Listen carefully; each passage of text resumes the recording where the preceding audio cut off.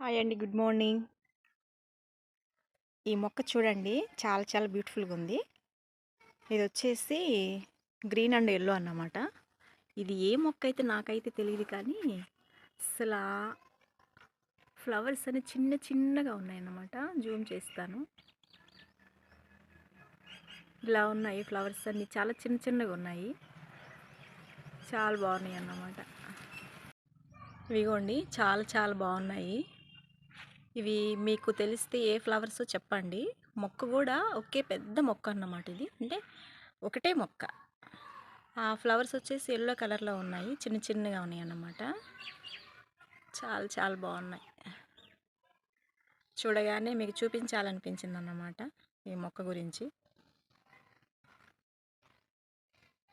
Flowers అయితే చాలా చాలా బాగున్నాయండి. ఇవైతే మనం కోసి ఉపయోగించుకోవడానికి అయితే ఉపయోగపడవు, కానీ కేవలం నిజంగా దేవుణ్ణి స్తుతించకుండా ఉండలేమండి. దేవాతి దేవునికి స్తోత్రాలు. ఇంత చక్కని ప్రకృతిని దేవుడు మనకి అనుగ్రహించినందుకు మనం ఎప్పుడు కూడా దేవుని స్తుతించాలన్నమాట. అద్భుతాలు, ఆశ్చర్యాలు ఎక్కడో ఉండవండి, ఇక్కడే ఉంటాయి.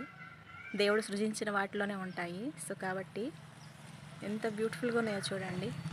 ఈ మొక్క వీటిలో ఈ రెండు కలర్స్ అయ్యేటప్పటికి ఇంకా అందం వచ్చిందన్నమాట. చాలా చాలా అందంగా ఉన్నాయి ఈ ఫ్లవర్స్ అనేవి. చూసినంత దూరము ఒకే మొక్క అన్నమాట. గ్రీన్ అండ్ ఎల్లో చాలా చాలా బ్యూటిఫుల్గా ఉందండి.